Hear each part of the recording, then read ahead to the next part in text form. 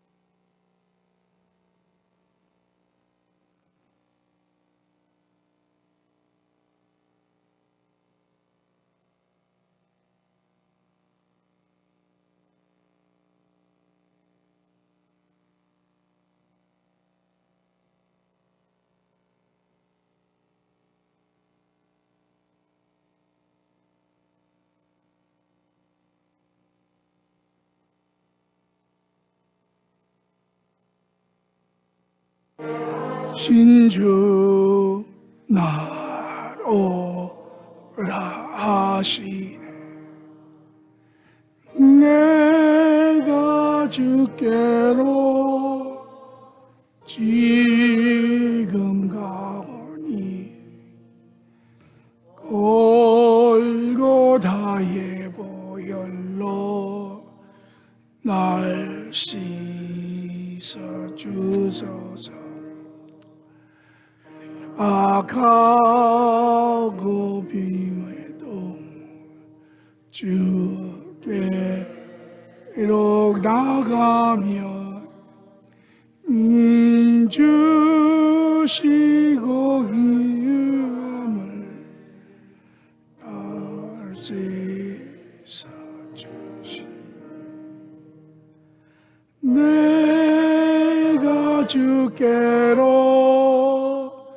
지금 가오니 골고다의 보혈로 날 씻어 주소서.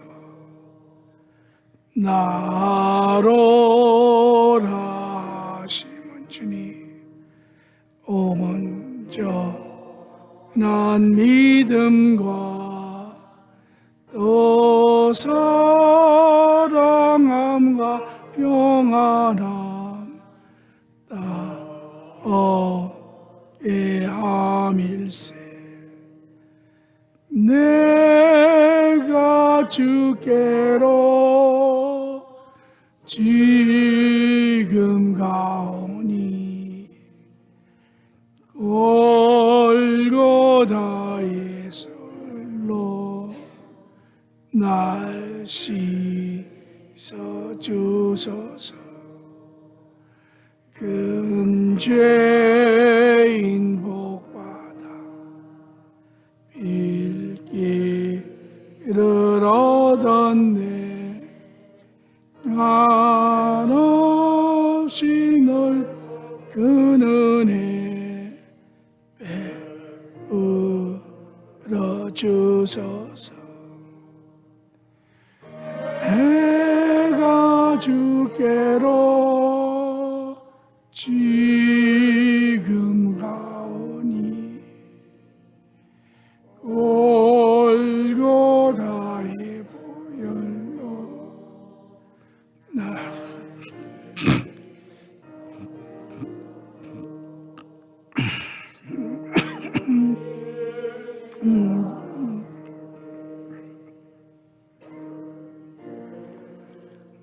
거됩니다.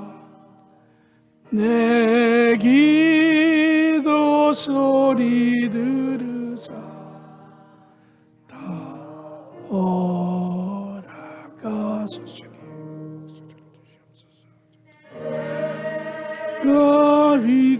그위께로 지금 가오니 골고다의 보혈로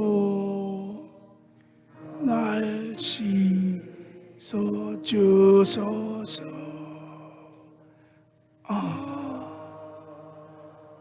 아멘.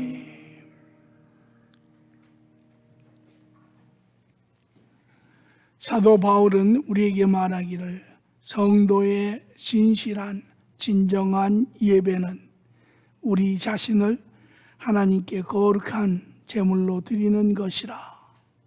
이것이 우리의 삶이요 우리의 예배인 것입니다. 예수님은 이것을 풀어서 나를 따르는 자는 자기를 부인하고 하나님이 우리에게 주신 십자가를 지고 따르는 자이니라.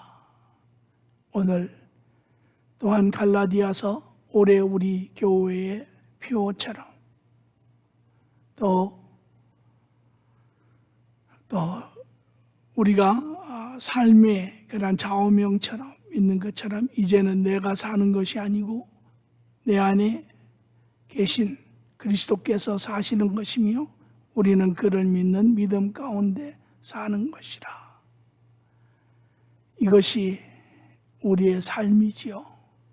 오늘 이 시간 주님께서는 우리를 긍휼히 여기시고 부르시고 우리 또한 그분과 깊은 교제 가운데 그분으로 말미암아 우리의 심령이, 우리의 삶이, 우리의 관점이, 우리의 삶의 목표와 방향이 바뀌는 그러한 충만한 시간을 또한 갖기를 원합니다. 오늘 이 시간 하나님 앞에 온전히 드려지는 우리의 예배가 되기를 원합니다. 우리의 신앙을 함께 고백합니다. 전능하사 천지를 만드신 하나님 아버지를 내가 믿사오며 그 외아들 우리 주 예수 그리스도를 믿사오니 이는 성령으로 잉태하사 동정녀 마리아에게 나시고 본디오 빌라도에게 고난을 받으사 십자가에 못 박혀 죽으시고 장사한 지 사흘 만에 죽은 자 가운데서 다시 살아나시며 하늘에 오르사 전능하신 하나님 우편에 앉아 계시다가 저희로서 산 자와 죽은 자를 심판하러 오시리라. 성령을 믿사오며 거룩한 공회와 성도가 서로 교통하는 것과 죄를 사하여 주시는 것과 몸이 다시 사는 것과 영원히 사는 것을 믿사옵나이다. 아멘.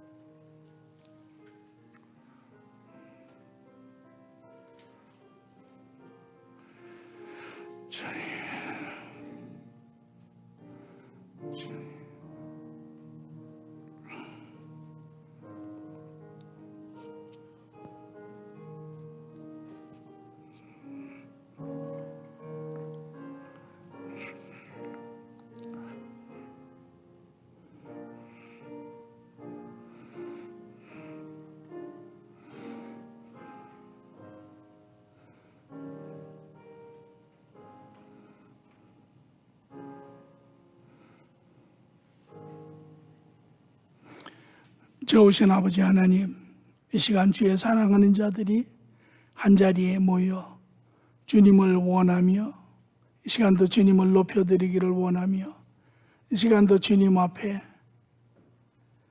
주님이 우리의 주인 되심을 하나님 앞에 고백하며 하나님 앞에 예물을 올려드립니다. 좋으신 아버지 하나님, 이것은 주의 뜻이요 또한 우리의 간절한 소망이기에 주께서 우리를 이 땅에 홀로 두지 아니하시고 우리를 부르시고 주님과 함께 교제하며 우리의 연약함을 새롭게 하시고 강하게 하시고 충만하게 하시어 오늘도 세상을 능히 이기게 하시는 주님 감사합니다. 아버지 하나님, 이 예배 시간을 전폭적으로 주관하시고 주의 사랑하는 심령들을 하나님 보시며 오늘도 말씀 가운데 위로할 자를 위로하시고 또한 하나님이 돌보실 자를 돌보시고 도우실 자를 도우시고 또한 책망할 심령들을 책망하시어 오늘도 주 앞에 의로운 자로 하나님 세워지는 역사가 있게 하여 주시옵소서. 감사하며 예수님의 이름으로 기도합니다. 아멘.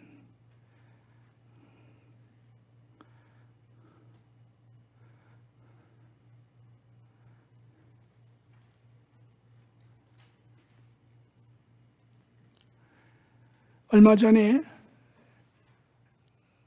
한국의 어느 분이 우리 모두는 장애인이다 라고 이야기를 해서 여러 파문을 일으킨 그러한 내용이 있습니다.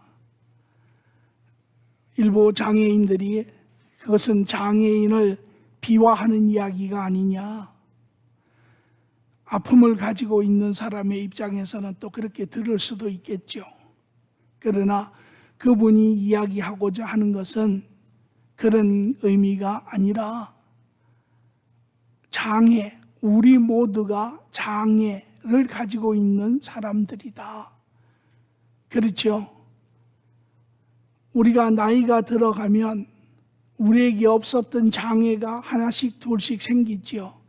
눈도 점점 침침해서 잘 보이지 않고, 귀도 잘 들리지 않아서 보충기를 끼워야 하고, 우리 안에 내면에 질병들도 생기고, 그래서 약을 의지해서 살아가는 그러한 정상에서 이제 이탈하는 그러한 모습들, 그래서 장애를 가지고 사는 사람들이다.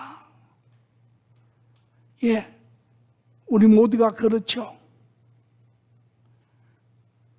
이 육신적인 장애뿐만 아니라 우리에게는 정신적인 장애도 있습니다. 물론 태어나면서 정신적으로 박이야라든지 정신적으로 온전하지 못한 그것도 우리가 장애, 하나의 방해 요소라고 보지만, 그러나 모든 인류가 가지고 있는 장애, 정신적인 장애가 있지요.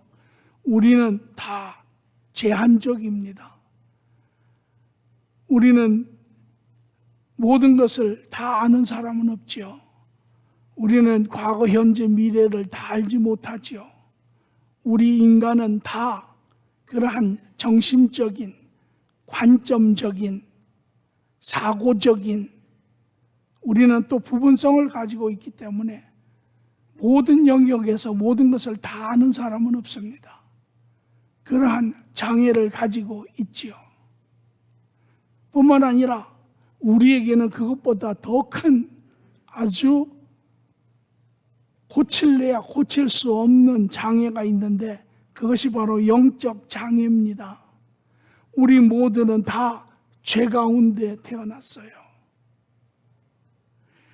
오늘 제가 뉴스나 이러한 세상의 흐름을 이렇게 볼 때, 그게 사회든 경제든 정치든 문화든 모든 영역에 있어서 사람들은 크고 작은 많은 문제들을 접하며 그 문제들을 해결하려고 애를 씁니다.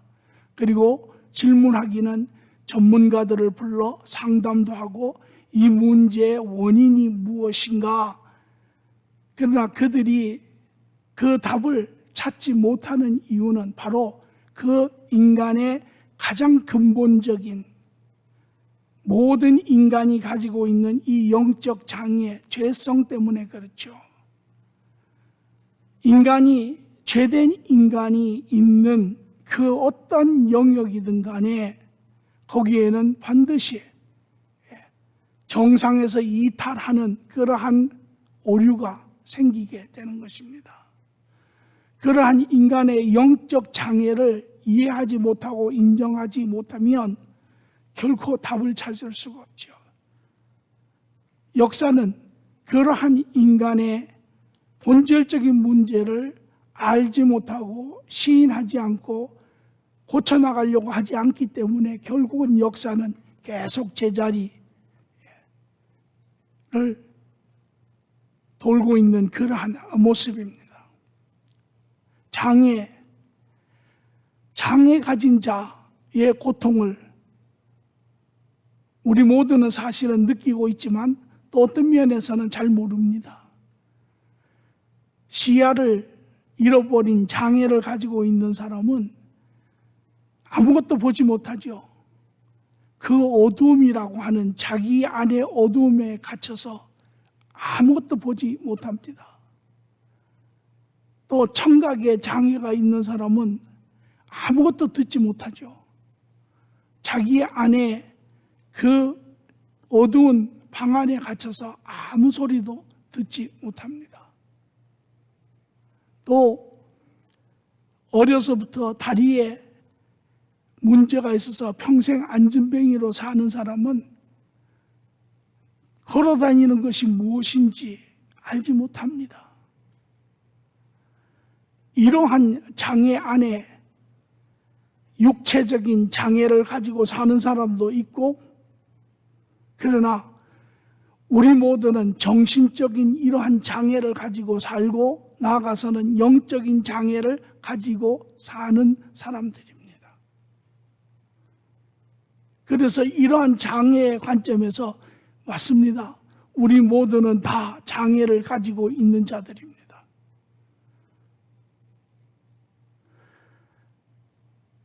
보지 못하는 사람이 기적적으로 눈이 나서 그 자기 안에 갇혀있는 어둠에서 벗어나서 세상의 모든 것을 볼 때 그의 기쁨은, 그가 느끼는 그 자유함은 얼마나 크겠습니까? 듣지 못한 자가 어느 날 기적적으로 귀가 고쳐져서 듣기 시작할 때 그의 그 기쁨은 얼마나 크겠습니까? 오늘 우리가 이러한 육체적인 장애뿐만 아니라 정신적인 장애, 나아가서는 영적인 이러한 장애로 우리가 벗어난다면 우리에게는 말할 수 없는 기쁨과 즐거움이 있을 것입니다. 오늘 하나님은 이러한 모든 육체적, 정신적, 이러한 영적 장애를 가진 인간에게 오시고 이러한 인간을 그러한 장애로부터 자유롭게 새로운 삶을 주시러 오셨지요. 예수 그리스도를 통하여. 그러나 오늘 이러한 장애를 가지고 있는 인간은 그 하나님에 대해서 무엇이라고 이야기하는지, 오늘 우리 한 사람 한 사람은 그 하나님에 대해서 무엇이라고 이야기하는지, 오늘 우리는 그 말씀을 들어보고자 합니다. 결론적으로 우리가 이야기를 잠시 할 수 있지만 이 관점에서 우리가 하나님과 우리의 관계를 본다면 우리는 때로는 하나님 앞에 불평하지요. 아니 하나님, 왜 그걸 그렇게 하십니까? 아니 하나님, 왜 모른 채 하십니까? 그러나 사실은 누구에게 문제가 있는 것일까요? 하나님이 문제가 있는 것일까요? 아니면 장애를 가지고 있는 우리가 문제가 있는 것일까요? 오늘 본문의 말씀은 마태복음 26장 1절에서 16절의 말씀입니다.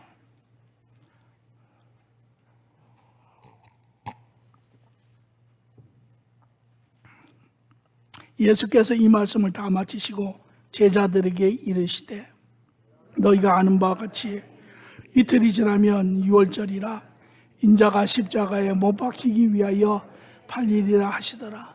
그때에 대제사장들과 백성의 장로들이 가야바라 하는 대제사장의 관정에 모여 예수를 흉계로 잡아 죽이려고 의논하되 말하기를 밀란이 날까 하노니 명절에는 하지 말자 하더라.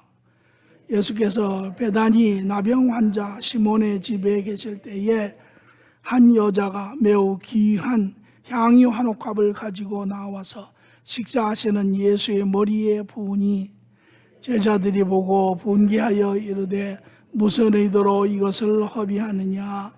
이것을 비싼 값에 팔아 가난한 자에게 줄 수 있었겠도다 하거늘 예수께서 하시고 그들에게 이르시되 너희가 어찌하여 이 여자를 괴롭게 하느냐? 그가 내게 좋은 일을 하였느니라.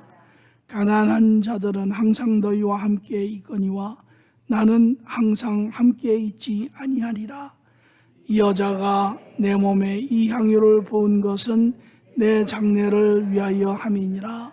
내가 진실로 너희에게 이르노니 온 천하에 어디서든지 이 복음이 전파되는 곳에서는 이 여자가 행한 일도 말하고 그를 기억하리라 하시니라. 이때에 12제자 중 하나 가룟 유다라 하는 자가 대제사장들에게 가서 말하되 내가 예수를 너희에게 넘겨주리니 얼마 주려느냐 하니 그들이 은 30을 달아 주거늘 그가 그때부터 예수를 넘겨줄 기회를 찾더라. 아멘. 오늘 이 본문을 우리가 배경적으로 좀 보면 시작을 이렇게 합니다. 1절 2절에 보니까 예수께서 이 말씀을 다 마치시고 제자들에게 이르시되 너희가 아는 바와 같이 이틀이 지나면 유월절이니라. 예수님의 마지막 주 고난주의 이야기죠. 그 중에서도 이틀이 지나면 이 당시에 유대인들의 유월절은 금요일이었죠. 계산적으로. 그러니 계산을 해보면 오늘이 수요일입니다. 수요일. 아마 예수님의 고난기간 중에 가장 길었던 하루가 수요일이다라고 생각이 됩니다. 이 수요일은 마태복음 21장에서부터 시작이 돼서 26장의 수요일이 끝이 나는 것을 봅니다.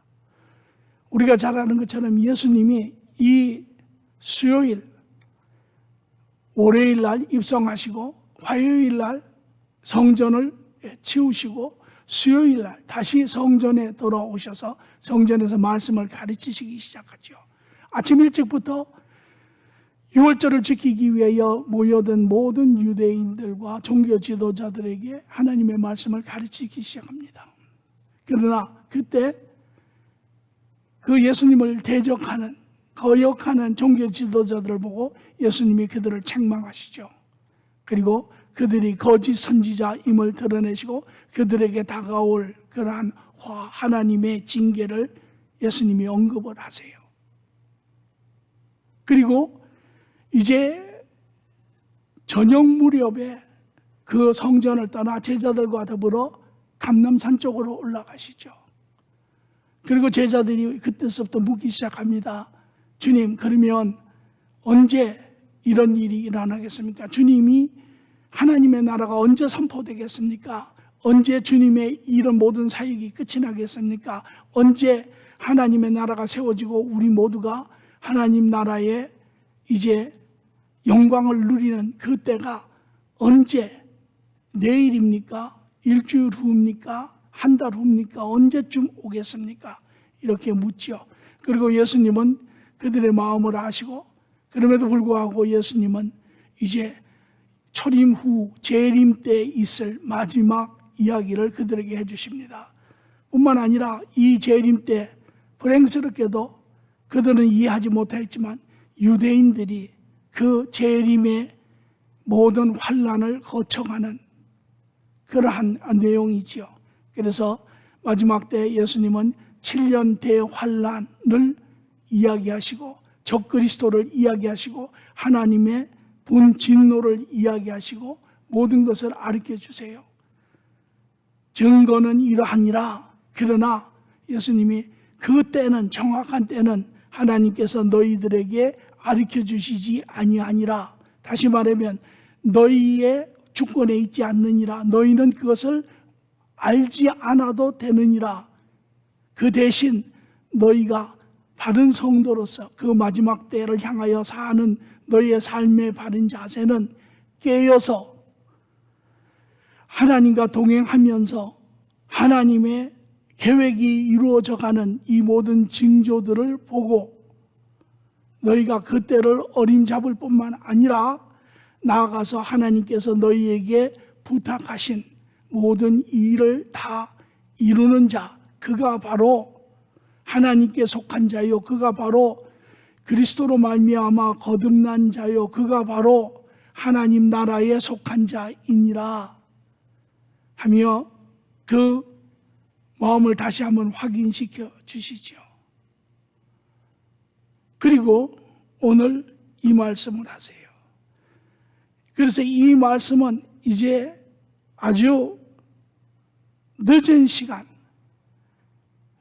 저녁 오후에 이야기를 감람산에서 이야기를 하시고 저녁에 다시 베다니로 돌아가셔서 예수님께서 이제 제자들에게 이야기를 또 하시는데 오늘 장소를 보니까 시몬이라고 하는 문둥병자가 베다니에 살았습니다.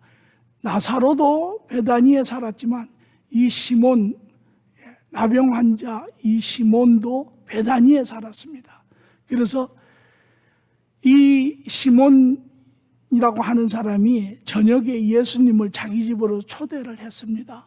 그리고 예수님은 자기 제자들과 더불어 여러 사람이 베드로에 사는, 여기 보니까 마리아도, 아마 나사로도, 제가 보기에 마르타도 다 그 집에 초청을 받아서 간 것 같습니다. 그리고 예수님은 거기에서 이제 그분의 마지막 말씀을 가르치시는데 여전히 제자들은 그때가 언제인지를 기다리고 있지요. 그럴 때 예수님이 오늘 시작을 그렇게 이야기하십니다. 마태복음 26장 2절에 보니 인자가 십자가에 못 박히기 위하여 팔리리라 하시더라. 예수님은 제자들에게 예수님의 죽음을 3번 그 전에 이야기하셨어요. 첫 번째는 이제 예루살렘으로 오시는 과정에 첫 번째 그렇게 이야기를 하세요. 예수님이 마태복음 16장에 보면 너희는 누구라 하느냐 하셨을 때 첫 번째 이제 예수님이 이제 인자가 죽으리라 그렇게 이야기를 하셨어요. 그리고 또 20장 마태복음 20장에 보면 예루살렘에 입성하기 전에 또 제자들에게 한번 그렇게 이야기를 하세요. 또 변화선상에서도 17장에 보면 그분이 자신이 죽을 거를 이야기를 하세요. 그러나 제자들은 그 내용을 잘 알아듣지 못했습니다. 왜? 그들은 여전히 유대 바리새인들이 가르친 그런 신학적인 하나님의 계획을 가지고 있죠. 그래서 초림, 재림 이 두 사건을 이해하지 못하고 또 그들은 왜 그렇게 설명한 이유는 그들은 벌써 하나님의 택한 백성으로 언약을 받은 백성으로 언약의 증거인 할례를 가지고 있는 유대의 혈통으로 하나님의 택한 민족으로 그들에게는 이미 언약이 이루어졌다. 하나님의 자녀가 되었다라고 그들은 믿고 있기 때문에 죄의 문제가 그들에게서는 빠져 있어요.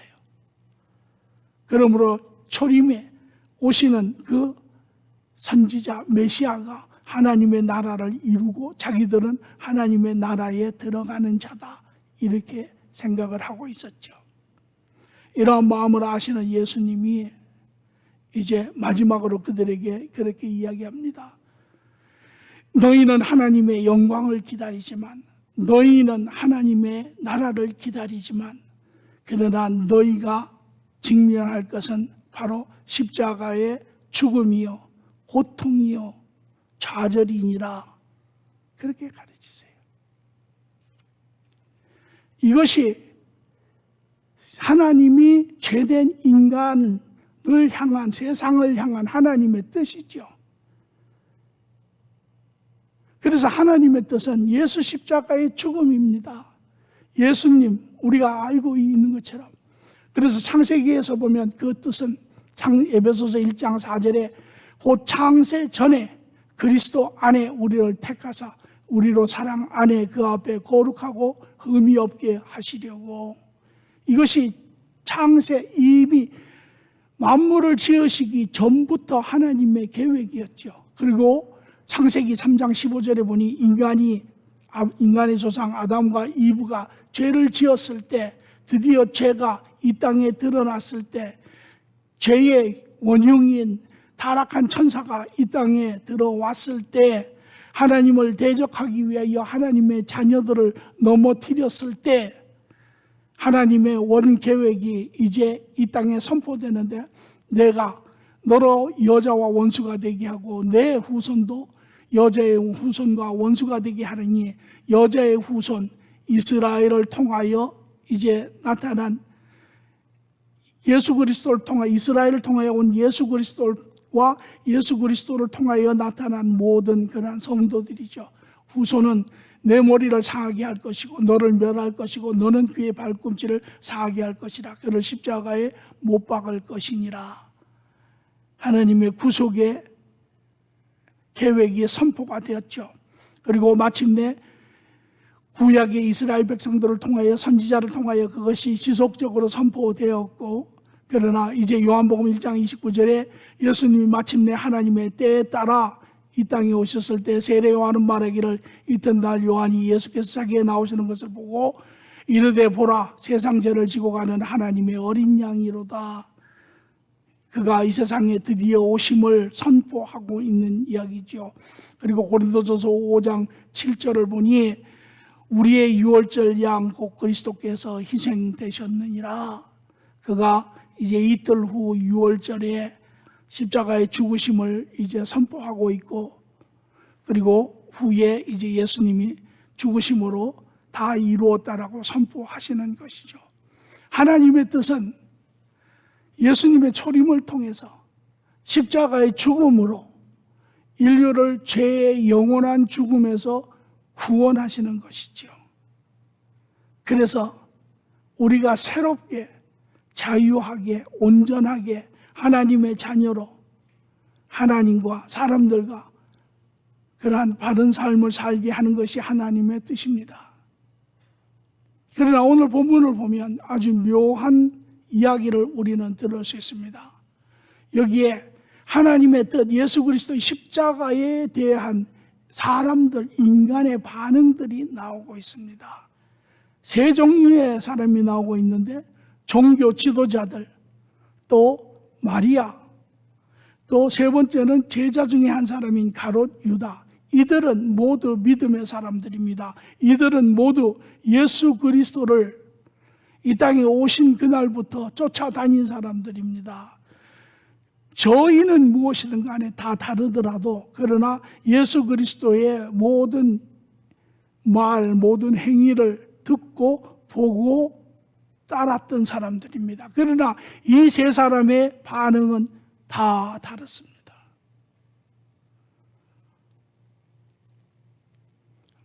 마태복음 26장 3절 4절에 보니 그때에 대제사장들과 백성의 장로들이 가야바라 하는 대제사장의 관정에 모여 예수를 흉계로 잡아 죽이려고 의논하되,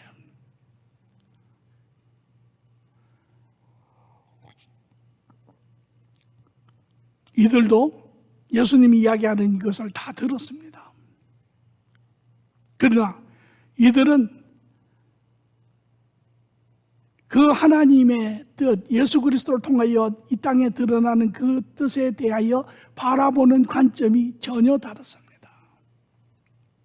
이들은 말하기를 저를 죽이자라고 이야기를 합니다. 만약에 인간이 그러한 육체적, 정신적, 영적 장애가 없고 온전한 자라면 하나님의 그 뜻을 예수 그리스도 안에서 보고 듣고 확인한 그들은 그대로 온전히 믿고 하나님의 자녀들이 되었겠죠. 그러나 그들은 그리하지 않았습니다. 종교 지도자들은 어찌하였습니까? 그들은 이렇게 이야기합니다. 만일 그를 이대로 두면 모든 사람이 그를 믿을 것이요, 그리고 로마인들이 와서 우리 땅과 민족을 빼앗아 가리라 하니 그들 중 한 사람, 그 해의 대사장인 가야바라 하는 그들에게 말하되 너희가 아무것도 알지 못하는도다. 한 사람이 백성을 위하여 죽어서 온 민족이 망하지 않는 것이 너희에게 유익한 줄을 알지 못하느냐 하였도다. 요한복음 11장 48절에 50절입니다. 우리가 오늘 이 시대의 관점으로 보면 저 말은 아주 지극히 당연한 이야기입니다. 한 사람이 한 민족을, 한 국가를 살리기 위해서 희생하는 것, 이것이 바로 민주주의의 원칙이죠. 민주주의는 대다수결의 원칙입니다. 얼마나 많은 사람들이 동의를 하느냐.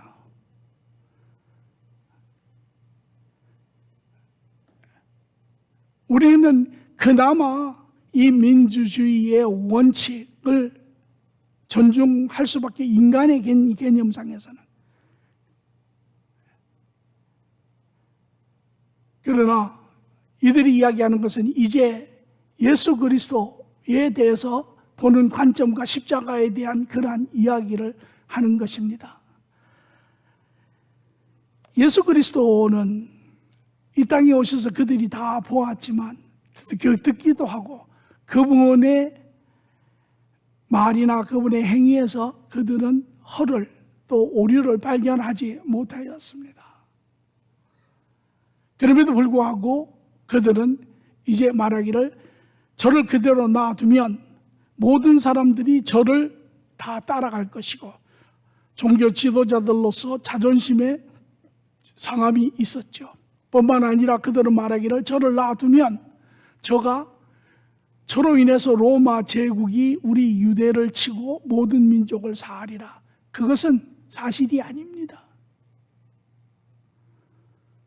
요한복음 6장 66절에 68절에 예수님이 제자들에게 묻는 얘기입니다. 그때 그의 제자들 중에 많은 사람이 떠나가고 다시 그와 함께 다니지 아니하더라. 예수께서 12제에게 이르시되 너희도 가려느냐? 시몬 베드로가 대답하여 주여 영생의 말씀이 주께 있사오니 우리가 누구에게로 가오리이까? 우리가 주의 말씀이 진리의 말씀이고 옳은 말씀이고 사랑의 말씀이고 생명의 말씀인 줄 아는데 우리가 어디로 가리이까? 그들은 깨달았죠. 또한 세례 요한도 말하기를 요한복음 3장 30절에 내가 말한 바 나는 그리스도가 아니요 그의 앞에 보내심을 받은 자라 한 것을 증언하는 자니 너희니라. 신부를 취하는 자는 신랑이라. 서서 신랑의 음성을 듣는 친구가 크게 기뻐하니 나는 이러한 기쁨으로 충만하였도다. 그는 흥하여야 하겠고 나는 쇠하여야 하리라.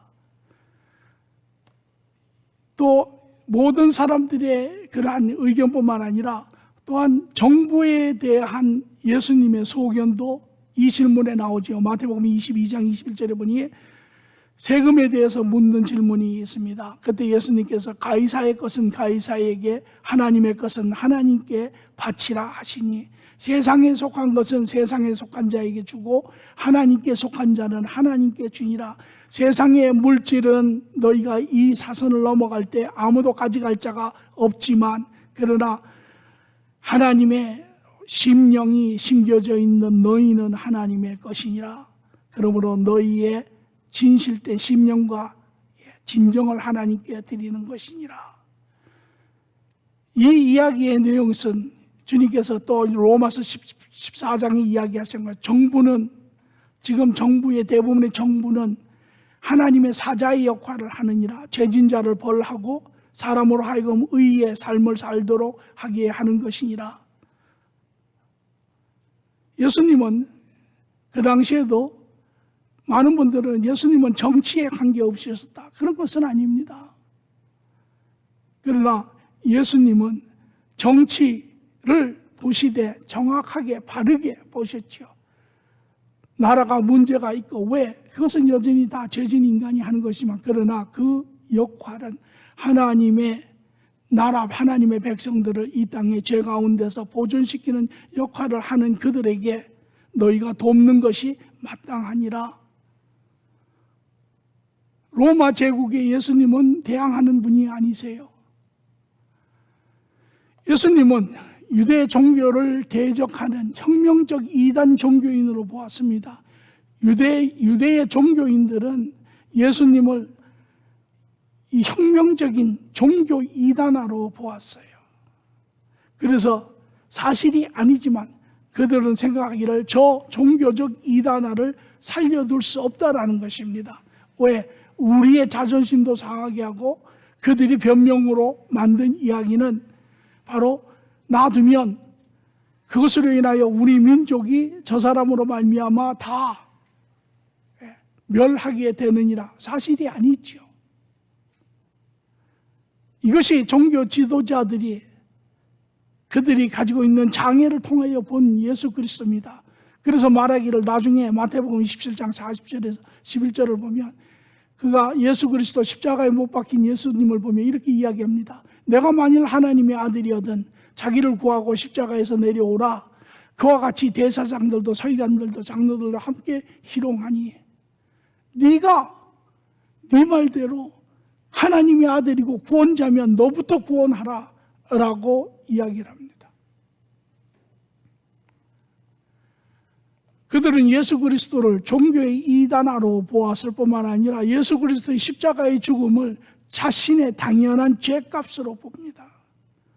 네가 죽어 마땅한 네가 마침내는 십자가에 매달려서 네가 죽는구나 라고 보고 있는 것입니다. 하나님의 뜻은 그리스도를 통하여 인류를 구원하시는 것이 하나님의 뜻이고 그러나 그 중에서도 가장 신앙적인 자, 종교 지도자들, 택한 자 중에서도 가장 스승이 되는 자들이 보는 관점은 바로 종교의 이단화로 보고 예수 그리스도의 십자가의 죽음을 당연히 마땅한 것으로 보는 자들입니다. 이것이 그들이 가지고 있는 장애입니다. 그들의 틀 안에 갇혀서 그들 자신의 어둠 안에 갇혀서 자신의 작은 그러한 종교 안에 갇혀서 그 이상의 것을 보지 못하는 자들의 모습입니다. 반면에 마태복음 26장 6절 7절에 보니 또 한 그룹의 사람이 나오는데 예수께서 베다니 나병 환자 시몬의 집에 가셨을 때 한 여자가 매우 귀한 향유옥합을 가지고 나와 식사하는 예수의 머리에 부으니,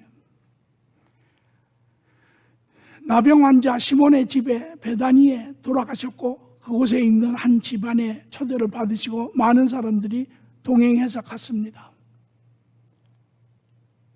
여기에 마리아라고 하는 여자는 그 예수를 보고 오늘 말씀 요한복음 12장 3절에 나오는 것처럼 마리아는 지극히 비싼 향유 곧 순전한 나드 물 썩지 않은 것 한 그릇을 가져다가 예수의 발에 붓고 자기 머리털로 그의 발을 닦으니 향유 냄새가 집안에 가득하더라. 이 여자는 무엇을 또 들었습니까? 예수님의 말씀을 또 들었습니다. 이제 내가 팔려 죽으리라. 이 여인은 그러한 예수께 와서 아주 값비싼 향수 한 병을 통째로 부었다고 이야기를 했습니다. 그 당시에 유대인들에게는 관습이 몇 가지가 있는 것 중에 하나가, 특히 손님을 초청했을 때 손님이 오면 두 가지의 일을 합니다. 하나는 발 씻을 물을 내어주고 두 번째는 향수를 뿌려줍니다. 이것이 사실은 지금 우리가 쓰는 향수의 오리지널 이유이기도 합니다. 그 이유인즉슨 그들은 비포장지대에 샌들을 신고 하루 종일 다니니 발이 아주 더럽죠. 먼지로 인해서. 그래서 오면 제일 먼저 하는 것이 발을 씻습니다. 지금처럼 뭐 차나 구두나 양발이나 이런 것이 없는 그런 때니까. 두 번째로는 또 하루를 다니다 온 사람에게 향수를 뿌려줍니다. 왜냐하면 하루 종일 옷을 입고 돌아다니다가 흙먼지뿐만 아니라 땀도 배고 여러 가지가 배어서 보통 저녁에 초대를 받아서 오는 사람 몸에서는 많은 그런 땀으로 인한 여러 가지 악취가 납니다. 그래서 그 악취를 감춰주기 위해서 향수를 뿌려줬어요. 이 두 가지가 그들의 관습입니다. 이러한 관습에 따라, 관습을 통하여 이 마리아는 예수께 향수를 부어주었을 뿐만 아니라 그냥 향수를 의례적으로, 습성적으로, 관습적으로 뿌려준 것이 아니라 그의 모든 마음을 다 쏟아서 향수를 부었다라는 것입니다. 왜? 이 마리아는 그가 보는 예수는 그 이상의 것이었기 때문에 그렇습니다. 마태복음 26장 12절에 이 여자가 내 몸에 이 향유를 부은 것은 내 장례를 위하여 함이니라. 예수님은 그걸 아셨어요. 왜? 이 여자는 예수님을 쫓아다닌 뿐만 아니라 예수님에 대한 바른 믿음을 가지고 있었습니다. 그 이유가 있습니다. 요한복음 11장 23절 26절을 보니 이 여인은 바로 나사로라고 하는 자의 여동생이죠. 예수께서 이르시되 내 오라비가 다시 살아나리라. 마르다가 이르되 마지막 날 부활 때 다시 살아날 줄을 내가 아나이다. 예수께서 이르시되 나는 부활이요 생명이니 나를 믿는 자는 죽어도 살겠고 무릇 살아서 나를 믿는 자는 영원히 죽지 아니하니라. 이것을 내가 믿느니라. 나사로, 마리아, 마르다, 하나 예수님께서 이 땅에 계시는 동안에 아주 아끼던 그런 사람들 중에 몇 사람 중에 속하는 사람들입니다. 나사로, 우리가 잘 아는 나사로, 거짓 나사로죠. 이가 병에 걸려서 죽게 되었다고 했습니다. 그때 이 누이들이 나사로를 살리기 위해서 예수님께 사람을 보냈을 때 예수님이 오지 않으세요. 그 후에 예수님이 나사로가 죽은 것을 알고 예수님이 이들에게 찾아오시죠. 그리고 그들에게 말하기를, 오늘 이 장면에 내가 부활이요 생명이니 나를 믿는 자는 죽지 아니하겠고 살리라 하였을 때 마르다가 뭐라고 이야기했냐면 부활날에 내가 살 줄을 믿습니다. 그랬더니 예수님이 그것이 아니니라. 그리고 동굴에 가서 나사로를 살려내지요. 이 마리아가 마르다는 이 주님을 알고 주님의 이 부활의 능력을 그들은 보았습니다. 또 뿐만 아니라 누가복음 10장 19절에서 42절을 보니 그에게 마리아라 하는 동생이 있어 주의 발치에 앉아 그의 말씀을 듣더니 마르다는 준비하는 일이 많아 마음이 분주한지라. 예수께서 나아가 이르되 주여 내 동생이 나 혼자 일하게 두는 것을 생각하지 아니하나이까 그를 명하여 나를 도와주라 하소서. 이라했더니 주께서 대답하여 이르시되 마르다야 내가 많은 일을 염려하고 근심하나 몇 가지만 하든지 혹은 한 가지만이라도 족하니라. 마리아는 이 좋은 편을 택하였으며 빼앗기지 아니하리라 하시니라. 마르다는 하나님 예수님의 말씀을, 진리의 말씀을, 하나님의 계획을 듣고 보고 묵상하고 이것을 더 따르는 자였습니다. 그러므로 이들은 주님에 대해서 알지요. 그리고 예수님의 제자들과 달리 예수님이 그의 죽으심에 대해서 이야기할 때 이들은 오히려 그 말씀을 통하여 주님이 누구인지를 그들은 깨달아 알았습니다. 그들은 예수님은 우리를 구하러 오신 구세주 하나님인 줄을 알았어요. 그뿐만 아니라 그가 옥합을 깨트려 그 주님에게 부은 것은, 그리고 머리털로 그 발을 닦아준 것은 바로 다름이 아니라 이제 돌아가실, 자기들을 죄에서 구원하실 구세주의 죽음을 그 여인은 미리 준비하고 있었던 것입니다. 이것이 구원받은 자들의 행위지요. 또 다른 한 구원받은 자가 있는데 그가 바로 삭개오라고 하는 사람입니다. 누가복음 19장 8절 9절에 삭개오가 서서 주께 이르시되 주여 보시옵소서 내 소유의 절반을 가난한 자에게 주겠사오며 만일 누구의 것을 속여 빼앗은 일이 있거든 내 갑절이나 갚겠나이다. 예수께서 이르시되 오늘 구원이 이 집에 이르렀으니 이 사람도 아브라함의 자손임이니라. 하나님과 만난 자, 그 심령이 깨달아 앉아 심령이 살아난 자, 그 주님을 만난 자의 심령 가운데 일어나는 그러한 마음의 변화, 삶의 변화입니다.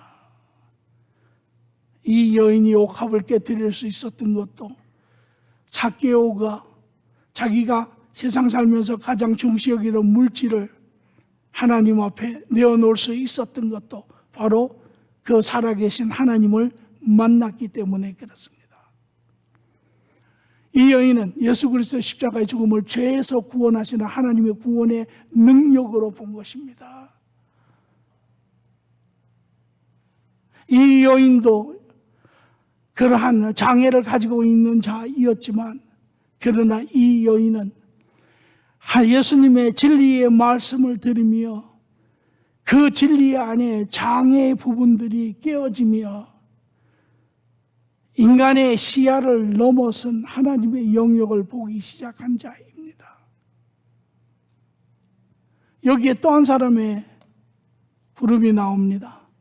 마태복음 26장 14장 15절의 말씀을 보니 그때 10사람 중 하나인 가롯 유다라 하는 자가 대제사장들에게 와서 말하되 내가 예수를 너에게 넘겨주려니 얼마를 주려느냐 하니 그들이 은 30을 달아 주거늘. 예수님의 제자 중에 한 사람입니다. 이 예수님의 제자 중에 한 사람이 바라보는 이 하나님의 계획인 예수 그리스도와 그의 십자가의 모습은 어떠한 것이었느냐라는 것이죠. 이에 함께 있었던 제자들은 또한 어떠합니까? 마태복음 26장 8절 9절을 보니 제자들이 보고 분개하여 이르되 무슨 의도로 이것을 허비하느냐? 이것을 비싼 값에 팔아 가난한 자에게 줄 수도 있겠도다 하거늘 이해하지 못합니다. 여전히 그들의 영적 장애, 관점의 장애에 붙잡혀서 그들이 배운 어떠한 그런 신학적인 유대인이 가르친 신학적인 그 장애의 틀에 갇혀서 그 이상을 보지 못합니다. 예수 그리스도의 그가 메시아인 줄은 그들은 알았지만 그러나 그 하나님의 뜻 십자가에 대해서는 그들은 이해하지 못했습니다.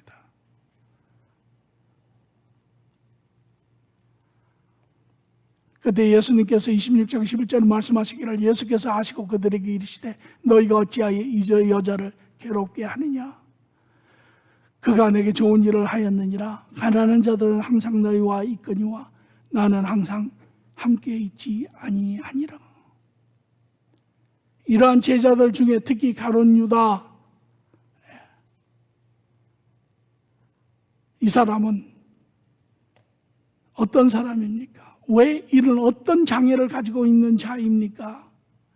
12 제자들도 다 장애가 영적인 장애를 가지고 있고 또한 정신적인 지식적인 모든 장애를 가지고 있는 사람이었습니다.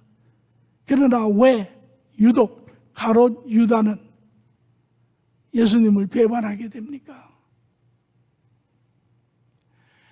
나머지 11 제자들은 비록 여전히 지식적인 장애, 자기네들이 어떠한 사상적인 장애를 가지고 있는 이러한 자이죠. 그리고 영적인 장애도 마찬가지로. 그러나 그들은 주님과 함께 3년이 있으면서 그분의 말씀을 듣고 그분의 행함을 보시고 삶을 보시고 이들은 그러한 장애의 많은 부분들이 깨어졌습니다. 그러나 가롯 유다는 아닙니다. 그래서 11 제자들은 고백하기를 베드로가 대표로 주는 그리스도 살아계신 하나님이시나이다. 이렇게 그들이 깨어진 그런 장애 부분을 이야기하죠. 그러나 요한복음 6장 64절에 보니 그러나 너희 중에 믿지 아니하는 자가 있느니라 하시니 이는 예수께서 믿지 않은 자들이 누구며 자기를 팔 자가 누구인지를 처음부터 아심이러라. 가롯 유다는 같이 3년 동안 그것을 듣고 보고 모든 것을 하였지만 그는 그 장애가 깨어지지 않았습니다. 말씀에도 깨어지지 않았습니다.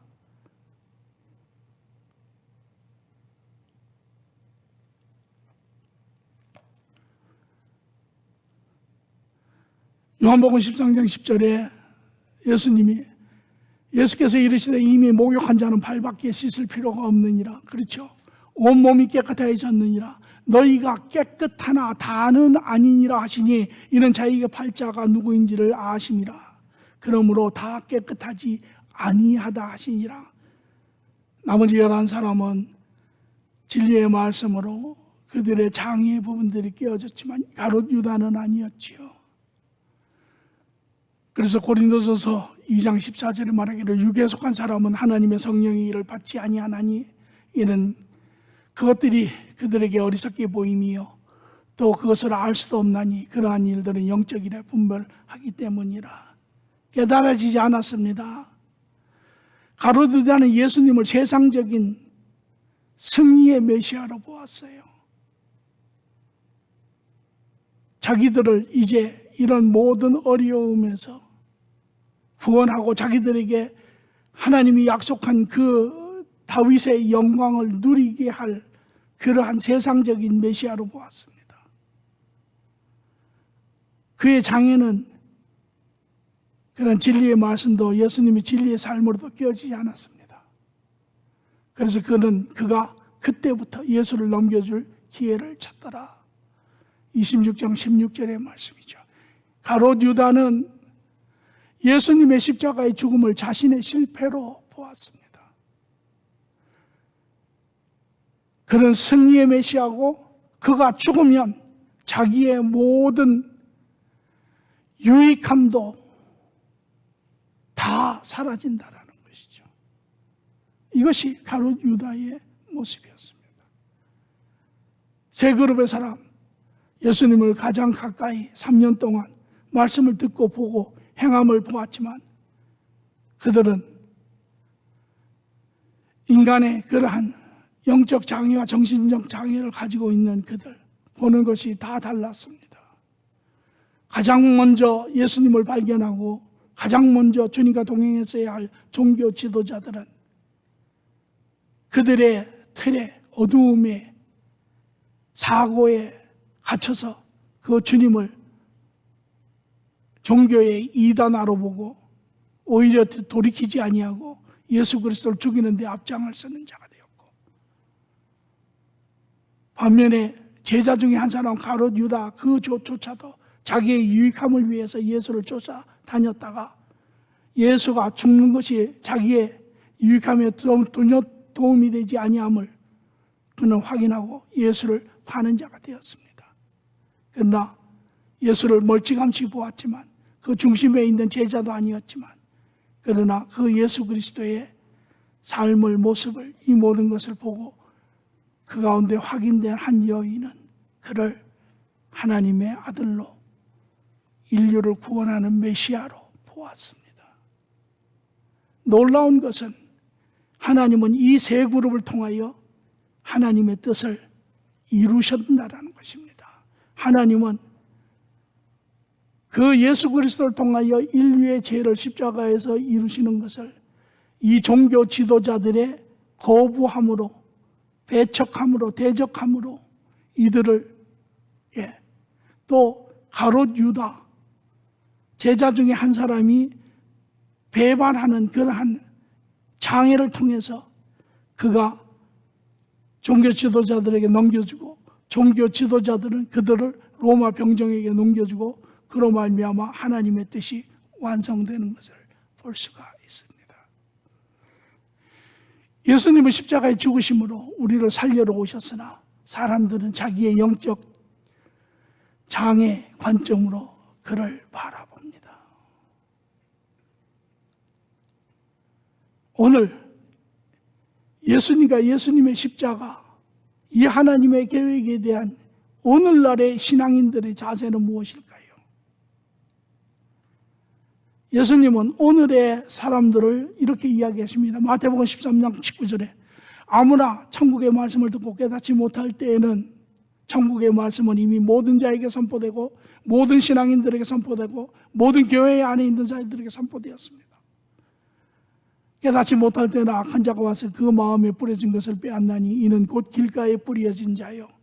오늘날 무관심하고 무지한 무신론자들을 이야기합니다. 강박한 자들을 이야기합니다. 듣고도 돌이키지 않습니다. 듣고도 그 틀 안에 여전히 갇혀 있습니다. 자기가 얼마만큼 기쁘고 고통스러운 그러한 장애에 갇혀 있는지조차도 모릅니다. 두 번째 사람은 마태복음 13장 20절에서 21절을 보니 돌밭에 뿌려진 것을 말씀을 듣고 즉시 기쁨으로 받되 그 속에 뿌리가 없어 잠시 견디다가 말씀으로 말미암아 환난이나 박해가 일어날 때는 곧 넘어지는 자라. 말씀을 듣습니다. 기쁨도 느낍니다. 그러나 삶에 문제가 생기면 돌이키는 자들입니다. 이들은 마치 종교 지도자들과 같이 오늘날 도덕적이고 윤리적이지 것을 주장하고 형식적인 것을 이야기하지만 그러나 여전히 자기중심적인 변하지 않은 종교인들입니다. 신앙의 본질을 모릅니다. 하나님을 모릅니다. 그래서 교회 안에 문제가 생기면 거침없이 걸어나가는 그러한 사람들이죠.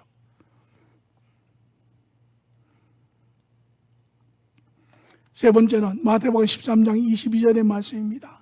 가시덤굴에 떨어졌다는 것은 말씀을 들으나 세상의 염려와 재물의 유혹에 말씀이 막혀 결실하지 못하는 자입니다. 말씀을 듣습니다. 신앙의 영역 안에 있습니다.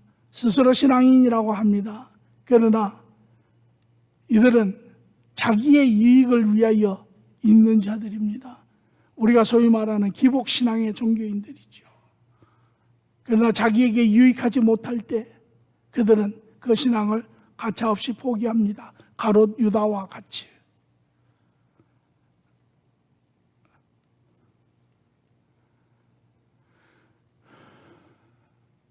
마태복음 13장 23절은 말하기를 좋은 땅에 뿌려졌다는 것은 말씀을 듣고 깨닫는 자니 결실하여 어떤 것은 100배, 어떤 것은 60배, 어떤 것은 30배가 되느니라. 거듭나 변화된 성도를 이야기하죠. 마리아와 같이. 오늘 신앙의 사람 안에 마리아와 같은 사람도 성도도 가롯 유다와 같은 자기의 이익을 위한 사람도 종교 지도자들 같은 어떤 형식적, 도덕적, 윤리적 영역을 중시 여기는 그러한 사람도 있습니다. 무엇 때문에, 무엇이 하나님께서 우리를 긍휼히 여기시고 우리를 죄에서 살려내시고 우리에게 바른 삶을 주시려고 하는 이 예수 그리스도와 십자가를 우리는 그렇게밖에 볼 수 없는 것일까요? 그것은 우리의 장애 때문에 그렇습니다. 육신적인 장애, 그것도 우리에게 엄청난 고통과 아픔을 야기하지요. 그것조차도 우리가 다 이해할 수 없습니다. 그러나 우리가 내면에 가지고 있는 정신적 장애, 영적 장애는 그것보다 더 우리를 고통 가운데 끌고 가고 있는 것입니다.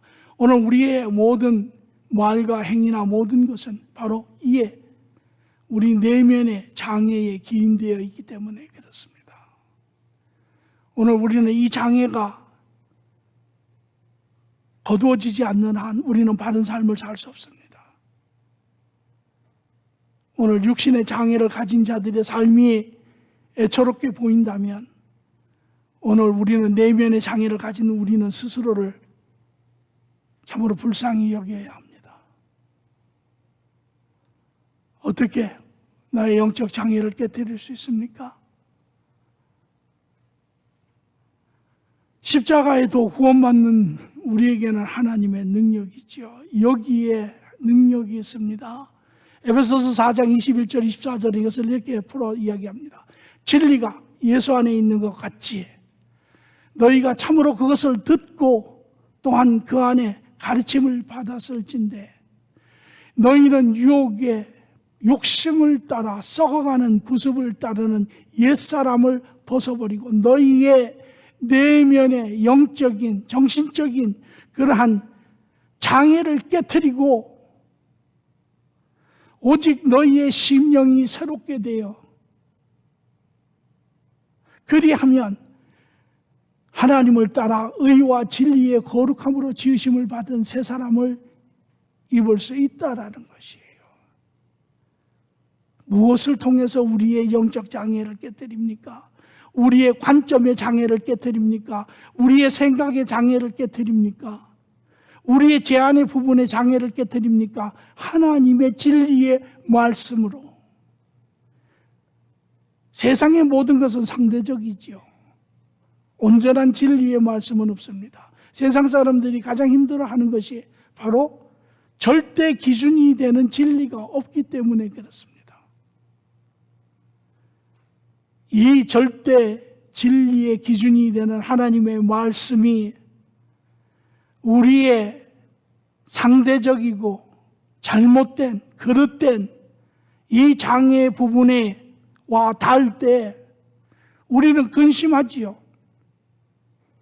우리는 괴로워합니다. 다른 것으로 인하여. 그러나 그것은 우리를 구원으로 인도하시는 거룩한 근심이지요.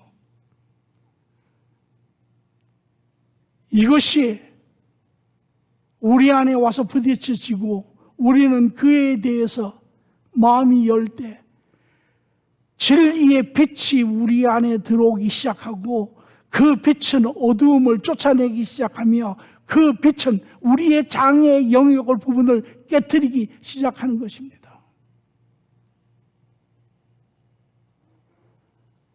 오늘 이것이 또한 다른 각도에서 예수님께서 왜 우리가 거듭나야 하는지, 왜 우리가 새로운 사람이 되어야 하는지를 우리에게 보여주고 있는 것이죠. 예수 안에서 진리의 말씀으로 그분의 능력으로 우리의 이 장애가 깨트려질 때 비로소 우리는 바른 자유한 삶을 살 수 있는 것입니다. 그때 비로소 내가 누구인지를 알게 되는 것입니다.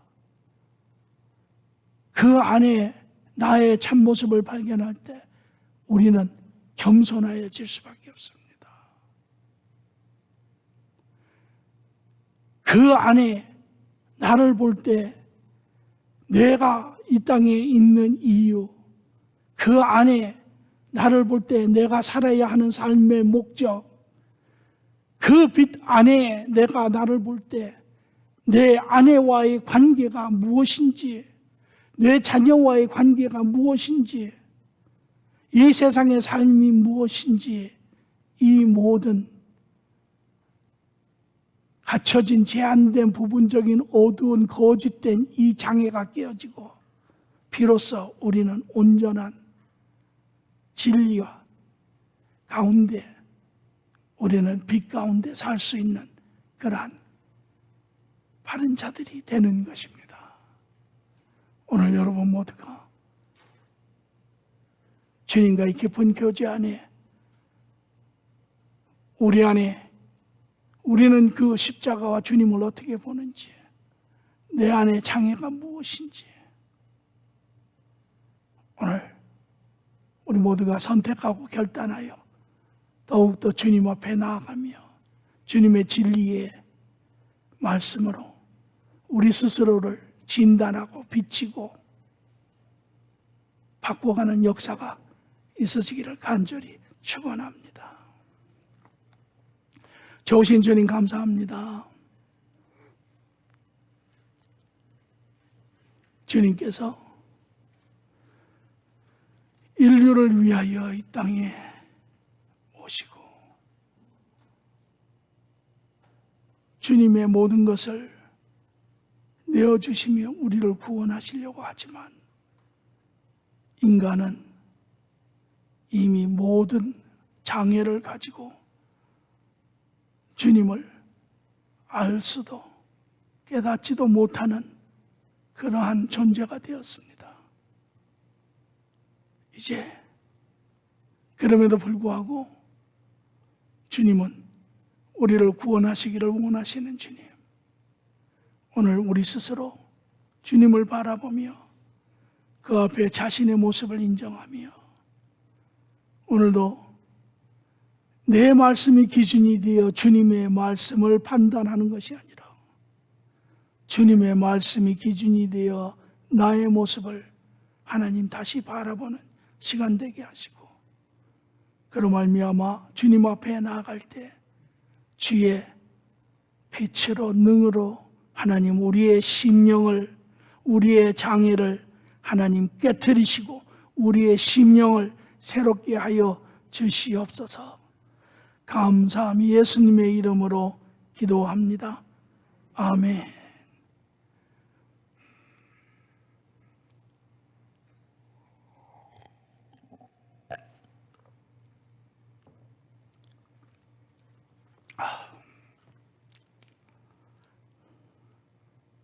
공동체 소식 잠시 보겠습니다. 어떻게 많이들 힘드시죠? 이제 곧 좋은 소식이 있지 않겠습니까? 여러 나라가 다국적으로 여러 방향으로 이 코로나, 또 신앙인들도 같이 기도하고 또 하나님이 지혜를 주셔서 또 해결할 방법도, 그러나 제가 보기에는 아마 올 말까지는 계속이 되지 않을까 그렇게 생각이 되고요. 모르지요. 또 더 길어질지도 알 수는 없습니다. 주의들 하시고, 몇 가지 광고가 있습니다. 교회 광고에 올린 것처럼 훈군의 가정이 조금 어려웠다 그래요. 들어올 때 본인의 단어로는 취조를 받았다고 이렇게 썼어요. 안에 불려 들어가서 좀 뭐 이런저런 질문도 하고 저에게도 전화가 왔어요. 이민국에서. 그러나 어쨌든 잘 무사히 들어왔고요. 전정미 집사님 남편이 일하다가 뭘 고치시다가 파이프가 떨어져 가지고 머리를 좀 다치셨다고 해요. 그래서 병원에 이렇게 스티치를 하셨는데 계속 상태가 안 좋아서 어제 병원에서 스테이 오버 하시고 지금도 아직 병원에 있는 상태라 그래요. 좀 기도들 해주시고, 또 우리 최정원 집사님이 이번 수요일 날 또 한국을 좀 다녀오신다고, 그래서 잘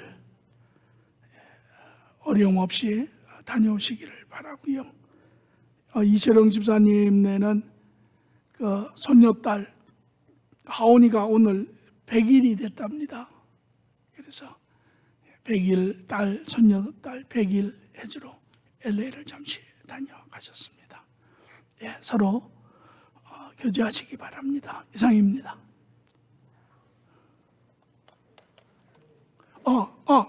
잠깐만, 죄송합니다. 잠시만 앉으십시오. 예, 장로님 나오십시오. 여러분들이 아마 궁금하실 것 같은데 저희 교회 청빙위원회에서 여러분들에게 청빙의 과정을 조금 진행되었던 과정을 우리 장로님이 조금 설명을 해 주시기로 했습니다.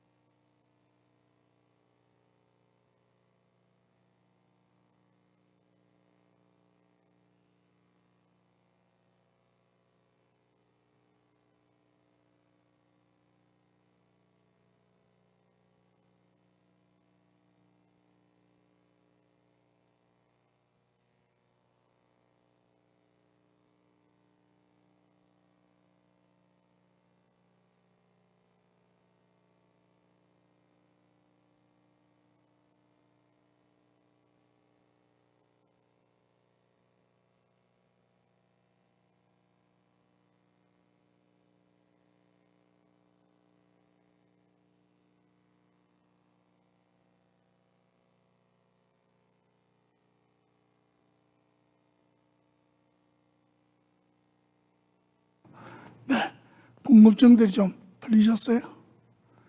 안 풀리셨어요? 질문이 있으세요?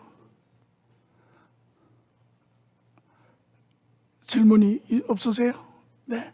그러면 질문이 있으신 분은 개별적으로 우리 권장로님한테 여쭤보시기 바랍니다. 네. 1절만 찬송하겠습니다.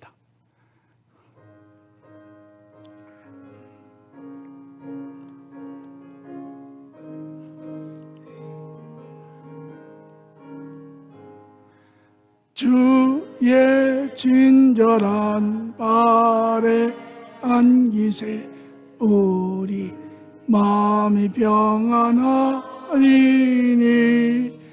항상 기쁘고 복이 되겠네. 영원하신 발에 안기세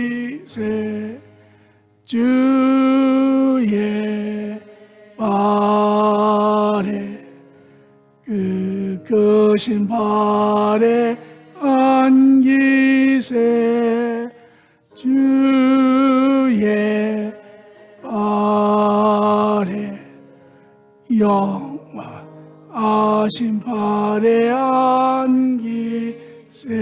아멘.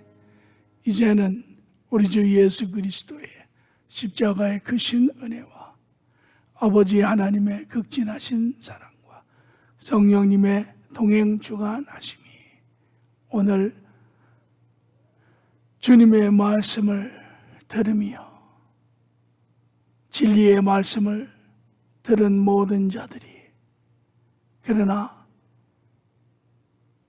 우리 인간이 가지고 있는 그러한 영적, 정신적, 또한 물리적 이러한 장애를 통하여 하나님의 그러한 바른 생명의 진리를 보지 못하며 각각의 그러한 장점, 단점대로, 관점대로 판단하여 참으로 제갈 길들을 가는 그러한 모습을 가운데 오늘 우리는 겸허히 하나님 말씀 앞에 자신을 비추며 자신을 면밀히 하나님 조사하며 그로 말미암아 참으로 하나님 앞에 우리의 그러한 깊은 장애들이 주의 능력과 주의 역사 가운데 깨어져 나가고 하나님의